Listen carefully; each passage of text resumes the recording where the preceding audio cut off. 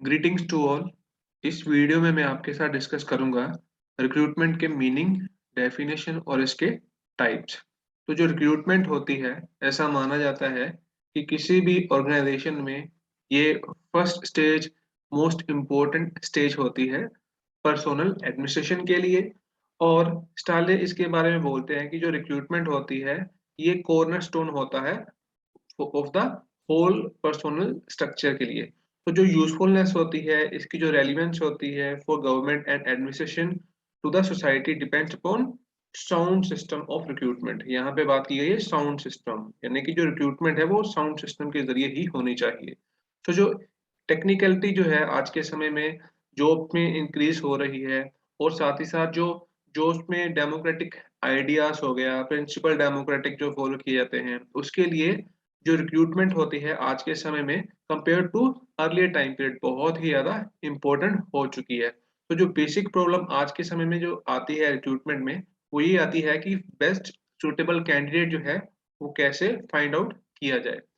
सो first essential जो step होता है, it largely rest the nature and degree of usefulness, यानी कि किस तरीके से इस्तेमाल किया जाएगा। So no aspect of public personnel administration is more important than recruitment. तो एक तरीके से सबसे इम्पोर्टेंट जो हिस्सा रहता है वो रिक्रूटमेंट ही हमें देखने को मिलता है, क्योंकि अगर मान लो गलत कैंडिडेट को सिलेक्ट कर लिया जाता है, अगर इनकम्पिटेंट कैंडिडेट, इनएफिशिएंट कैंडिडेट जो है वो सिलेक्ट हो गया, तो नतीजा क्या होगा?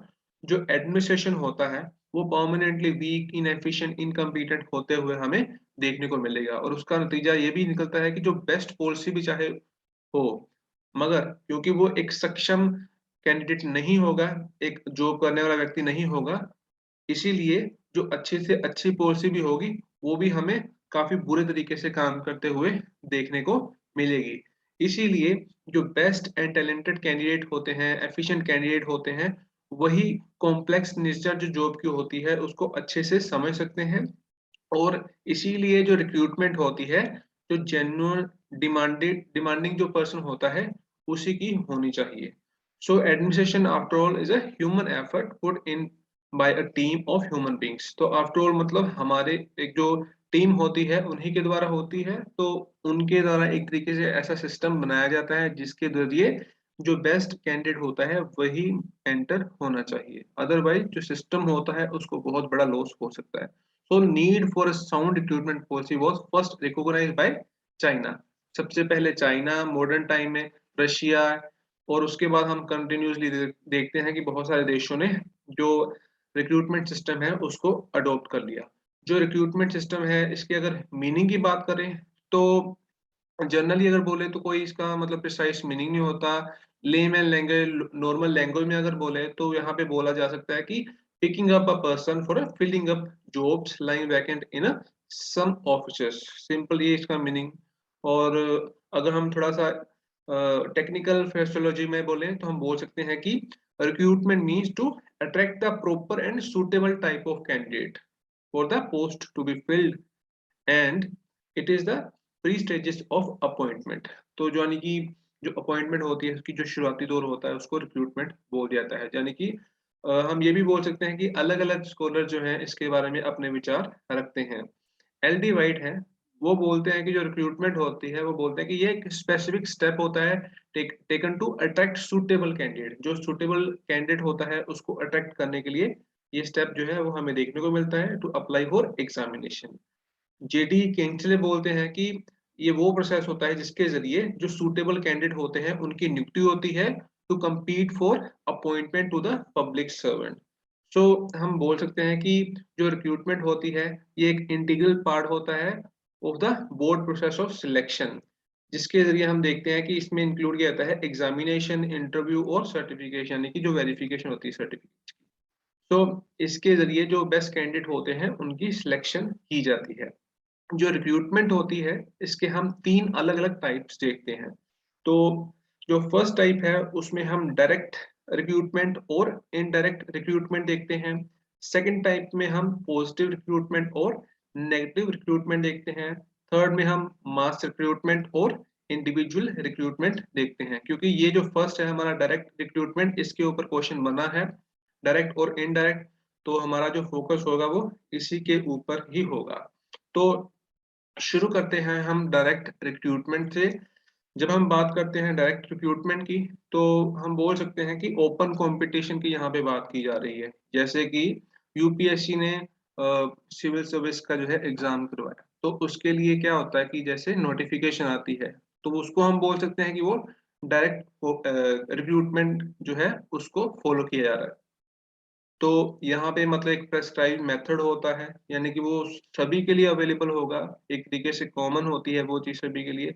when the vacant post in the government are filled up by the suitable and qualified candidate available in the open market, advertisement होती है, एग्जाम होगा, सारा प्रोसेस के बाद जो डिजर्विंग कैंडिडेट होंगे वो एग्जाम क्वालिफाई करते हैं, तो एक तरीके से ओपन, और जो डिजर्विंग होगा वो पोस्ट यहाँ पे ले लेता है। सो नॉर्मली क्या होता है कि यहाँ पर जो लोअर लेवल की पोस्ट होती हैं उनके लिए एग्जाम जो है वो हमें देखने को मिलता है, यानी कि डायरेक्टली कोई सेक्रेटरी की पोस्ट हो गई, उनके लिए एग्जाम जो है ये है नहीं हमें देखने को मिलता। और इनडायरेक्ट जो रिक्रूटमेंट होती है is also known as recruitment by promotion.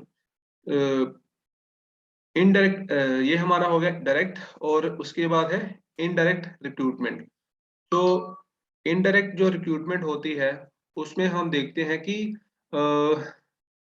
when recruitment is made for new and higher post from amongst qualified person, यानी कि इनडायरेक्ट में क्या होगा कि जो ऑलरेडी वर्किंग है उन्हीं में से जो डिजर्विंग होते हैं, क्वालिफाइड होते हैं, उनको एक तरीके से प्रमोट कर दिया जाता है, तो उसको इनडायरेक्ट रिक्रूटमेंट का नाम दिया जाता है। Post at the higher level are filled up by the direct methods. तो जो बड़े बड़े पद होते हैं वहां पर हमें इनडायरेक्ट मेथड ही हम देखने को मिलता है। और अलग अलग कंट्रीज जो हैं इन दोनों मेथड्स को अपनाती है, कईयों में सिर्फ डायरेक्ट मेथड देखने को मिलता है, कईयों में दोनों मेथड देखने को मिलते हैं। बात करें अगर इंडिया की, तो इंडिया में दोनों ही सिस्टम देखने को मिलते हैं। तो दोनों के कुछ फायदे भी हैं, नुकसान भी है। तो सबसे पहले हम जो डायरेक्ट रिक्रूटमेंट होती है इसके जो मेरिट्स हैं उसके बारे में बात करेंगे। यानी कि डायरेक्ट ओपन कंपटीशन सभी को अलाउ कर दिया है, इसका फायदा क्या होगा? सबसे बड़ा फायदा जो होता है कि opportunity for employment to young and qualified person, यानी कि जॉब की अपॉर्चुनिटी सभी के लिए है, तो ये तो एक सबसे बड़ा फायदा हो गया। देन इससे फायदा क्या होता है कि जब सभी के लिए जॉब्स की ऑप्शन रहेगी, तो इससे सेंस ऑफ हार्डवर्क जो है वो कैंडिडेट के बीच में हमें देखने को मिलती है, जिसका नतीजा बेस्ट कैंडिडेट जो होते हैं वो हमें मिलते हैं। And then it makes it possible for a service to keep pace with the changing condition and techniques. क्या होता है कि समय के साथ साथ जॉब्स की जो रिक्वायरमेंट है, नेचर जो है वो बदलती रहती है। तो जब पोस्ट एडवर्टाइज होती है तो according to nature of the job, as per present time, उसी के हिसाब से एडवर्टाइजमेंट निकलती है। तो एक हिसाब से हम बोल सकते हैं कि डायरेक्ट रिक्रूटमेंट का ये भी फायदा होता है कि जिस तरीके की जरूरत होगी वैसे कैंडिडेट के लिए रिक्वायरमेंट जो होती है क्वालिफिकेशन की या अदर रखी जा सकती हैं। इसी के साथ साथ हम देखते हैं कि it is source of supply of personnel is wider. यहाँ पर जो ऑप्शन रहेगी वो वाइडर होती है, यानी कि बड़े स्केल पे ऑप्शन जो है होगी कैंडिडेट्स की। मान के चलेंगे यहाँ पे अच्छा कैंडिडेट जो होगा, बहुत ही अच्छा कैंडिडेट वो हमें देखने को मिलता है। साथ ही साथ जो डायरेक्ट रिक्रूटमेंट प्रोसेस होता है इसको बोला जाता है कि ये डेमोक्रेटिक प्रोसेस होता है इसमें, यानी कि डेमोक्रेटिक इन नेचर होता है। और जो डेमोक्रेटिक प्रिंसिपल होते हैं जहाँ पे इक्वल अपॉर्चुनिटी की बात की जाती है, तो ये भी यहाँ पे फुलफिल होता है। साथ ही साथ जो डीमेरिट्स हैं डायरेक्ट रिक्रूटमेंट के, उसमें हम देखेंगे कि सबसे बड़ा जो नुकसान होता है वो यही होता है कि जैसे मान लो कोई यूपीएससी का एग्जाम क्वालिफाई करता है, तो इनएक्सपीरियंस होता है, उसके पास जॉब का एक्सपीरियंस नहीं होता। देन सर्विंग एम्प्लॉय जो होते हैं they are experienced, hard working and efficient, और उनको डायरेक्ट रिक्रूटमेंट में निग्लेक्ट कर दिया जाता है।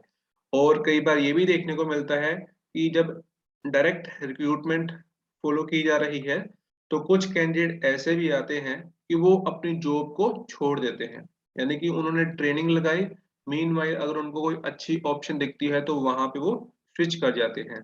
एग्जाम्पल के लिए मैं जैसे कोई स्टेट पब्लिक सर्विस का एग्जाम क्लियर करता है और वो एसडीएम की पोजीशन को ज्वाइन कर लेता है, तो यहाँ पे भी उसकी पहले ट्रेनिंग हुई होगी।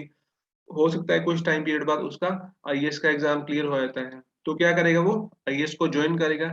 इट मीन्स कि यहाँ पर जो मेहनत लगी थी उसके ऊपर, वो उसने छोड़ के अब वो यूपीएससी का जो एग्जाम क्वालिफाई किया है वहां पे चला जाएगा। तो ये भी एक नुकसान जो है डायरेक्ट मेथड का हमें देखने को मिलता है। साथ ही साथ जो डायरेक्ट रिक्रूटमेंट होती है, यहाँ पे जो पब्लिक सर्विस कमीशन होती है उसके ऊपर एग्जाम कंडक्ट कराने का काफी बर्डन होता है। तो एक जो बर्डन है डीमेरिट का, ये हमें देखने को मिलता है।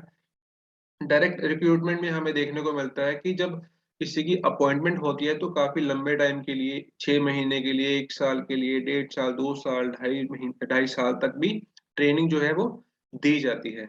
और when person are directly recruited from outside, it leaves little chance of progress for those who are already in service।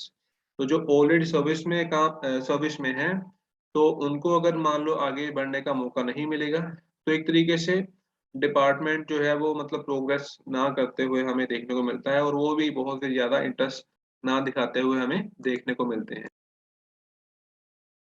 तो इनडायरेक्ट मेथड्स के कौन कौन से फायदे जो है वो हमें देखने को मिलते हैं। सबसे बड़ा फायदा जो है वो यही है कि यहाँ पे जो ऑलरेडी काम कर रहे हैं उन्हीं को मौका मिलता है, तो एक तरीके से वो उनके पास अच्छा खासा एक्सपीरियंस है, तो ये प्लस पॉइंट रहा।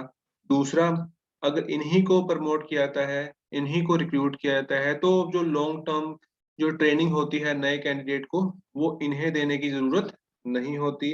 साथ ही साथ जो it provides an opportunity to the employ for progress and advancement in service. जो ऑलरेडी सर्विस में है तो उनकी प्रोग्रेस होगी, तो वो भी इससे सेटिस्फेक्शन जो है दिखाते हैं, यानी कि वो जॉब से भी फिर अपनी सेटिस्फेक्शन दिखाएंगे और अपना 100% देने की कोशिश करते हैं।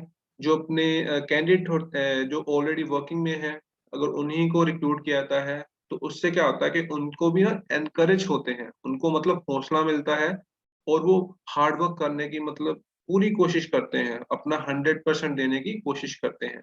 और अगर यही प्रोसेस को फॉलो किया जाता है तो माना जाता है कि it is good for society, for healthy relations, क्योंकि it makes it possible for the utilization of the hard work.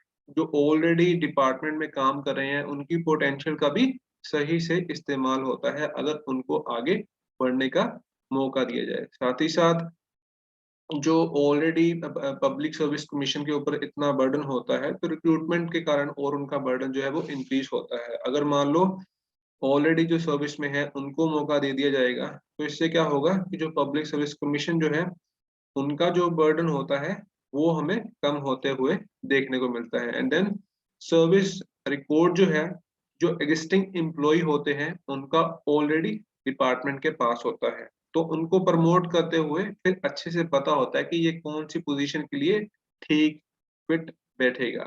मगर साथ ही साथ जो डीमेरिट्स हैं इनडायरेक्ट रिक्रूटमेंट के, वो भी हमें देखने को मिलते हैं। सबसे बड़ा जो इसका ड्रॉबैक है वो यही है कि इसको हम डेमोक्रेटिक प्रिंसिपल जो है उसको साइड रख के फॉलो करते हैं। तो इसीलिए मतलब क्योंकि इसमें जो नंबर ऑफ कैंडिडेट है वो फिर लिमिटेड हो जाएगा ना, जो ऑलरेडी वर्किंग है उन्हीं को मौका मिल रहा है, सभी को तो मौका ही नहीं मिल रहा, तो लेवल प्ले फील्ड जो है वो देखने को नहीं मिलेगी। इससे एक जो ये भी नुकसान होता है कि जो यंग कैंडिडेट होते हैं, डिजर्विंग कैंडिडेट होते हैं, उनको आगे बढ़ने का जो मौका है, अवसर है, वो नहीं मिलते। So it is a source of conservatism in recruitment, यानी कि जो ट्रेडिशनल माइंड्स जो है, अगर उन्हीं को ही प्रमोट किया जाएगा, उन्हीं को ही रिक्रूट किया जाएगा, तो इससे क्या है कि जो नए आइडियाज हैं नए यंगस्टर के ज्वाइनिंग के साथ जो डिपार्टमेंट में आने थे, वो आने के चांसेस जो है वो बहुत कम हो जाते हैं। साथ ही साथ it source of supply is narrow and restricted. अगर इनडायरेक्ट मेथड ही फॉलो किया जा रहा है तो जो सप्लाई हो रही है जहां से आ रहे हैं वो नैरो है, यानी कि बहुत ही लिमिटेड स्टॉक वहां से है, तो एक तरीके से नैरो भी है और रिस्ट्रिक्टेड भी है। अगर हम दूसरे टाइप की बात करें जहां पर हमें पॉजिटिव और नेगेटिव रिक्रूटमेंट देखने को मिलते हैं, तो पॉजिटिव में क्या होता है कि जो बेस्ट कैंडिडेट होता है ना उसको ढूंढा जाता है, तो ये हमें देखने को मिलता है कि जैसे मान लो किसी यूनिवर्सिटी में, किसी इंस्टीट्यूट में प्लेसमेंट हो रही है, तो वहां पे मेन फोकस क्या होगा? Best candidate. बेस्ट कैंडिडेट को वो कैसे ढूंढेंगे कि जिस तरीके की उनकी रिक्वायरमेंट होगी, स्पेशल स्किल्स की रिक्वायरमेंट, उसी के हिसाब से वो एग्जाम कंडक्ट करवाएंगे, उसी के हिसाब से इंटरव्यू कंडक्ट करवाते हैं।